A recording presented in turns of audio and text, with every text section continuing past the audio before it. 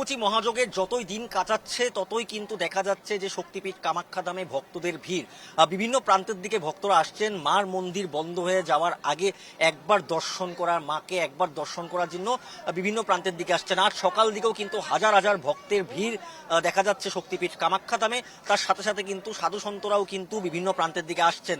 এই মুহূর্তে আমি কামাখ্যা ধামের চত্বর দিকে দেখাচ্ছি, এইভাবে সাধু সন্তরা এইভাবে এখানে আশ্রয় নিয়েছেন। আর আমি দেখিয়েছিলাম জুনাখাড়াতে, সেখানেও কিন্তু সাধু সন্তরা আশ্রয় নিয়েছেন।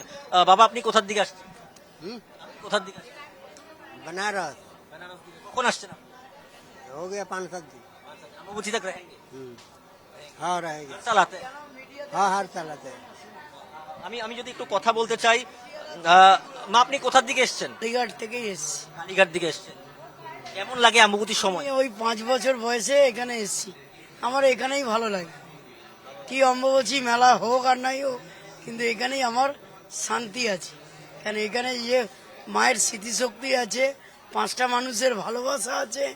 এই মানুষকে নিয়ে যদি আমি ঠিক মতন চলতে পারি, মানুষের পাশে যদি দাঁড়াতেও পারি, মানুষের উপকার বুঝতে পারি, মানুষের দুঃখ কষ্ট যদি বুঝতে পারি, তাহলেই ভগবানকে চেনা যাবে। এই 3টা দিন আপনাদের জন্য অনেক গুরুত্বপূর্ণ হয়। অম্বুবাচীর সময় যেদিন দিকে মার দরজা বন্ধ হয়, সেই কয়টা দিন আপনারা কি করেন, মানে কি হয় আপনাদের? আমরা বসে জব করি, মার যেটা করার সেটাই করি।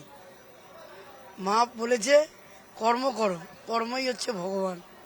যদি কর্ম না করতে পারো, রাস্তা চিনতে পারবে না। একদম এইভাবে ওনারা এসছেন বাইরের দিকে, কালীঘাট দিকে আমি দেখালাম, তিনি কালীঘাট দিকে আসছেন। আর আমি যদি একটু মন্দির চত্বরটার সামনে যেখানে প্রদীপ জ্বালানো হয় সেই জায়গাটা যদি একবার দেখাই, সকাল দিকেই দেখো আমি হাজার হাজার লোক কিন্তু আজ দর্শন করছেন, বিভিন্ন প্রান্তের দিকে আসছেন। যেহেতু আর হাতে কয়েকটা দিন বাকি, তারপরে কিন্তু বন্ধ হতে চলছেন শক্তিপীঠ কামাখ্যা ধামের যেই দরজা, সেই দরজা বন্ধ হতে যাচ্ছেন। শুরু হচ্ছে মহা অম্বুবাচীর যোগ। আর এই মহা অম্বুবাচী যোগের আগেই এইভাবে দেখা যাচ্ছে ভক্তরা এসে আসবে। দিদি, আপনি কোথা থেকে? অন্য অন্য দিনও ভিড় হয়ে থাকে, কিন্তু অম্বুবাচীর আগে সবচেয়ে বেশি ভিড়টা দেখা যায়। আর ঠিক তেমনই অম্বুবাচী মেলার সময় কিন্তু সেই ভিড়টা দেখা যায়। আমি যদি একটু কথা বলার চেষ্টা করি, দিদি কোথার দিকে আসছেন? হ্যাঁ, আপনি কোথার দিকে এসেছেন? শিলিগুড়ি। শিলিগুড়ি। কেমন লাগছে অম্বুবাচীর আগে আগে দর্শন করছেন? খুবই ভালো, খুব সুন্দর, কিন্তু জীবনে পহেলি বার আয়া।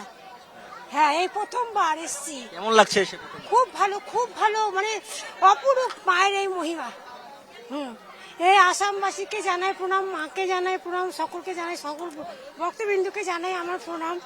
আমি সকল ভক্তবৃন্দ যেন সুস্থ থাকে, খুব ভালো থাকে, মায়ের আশীর্বাদ সবার মাথায় থাকে জানো।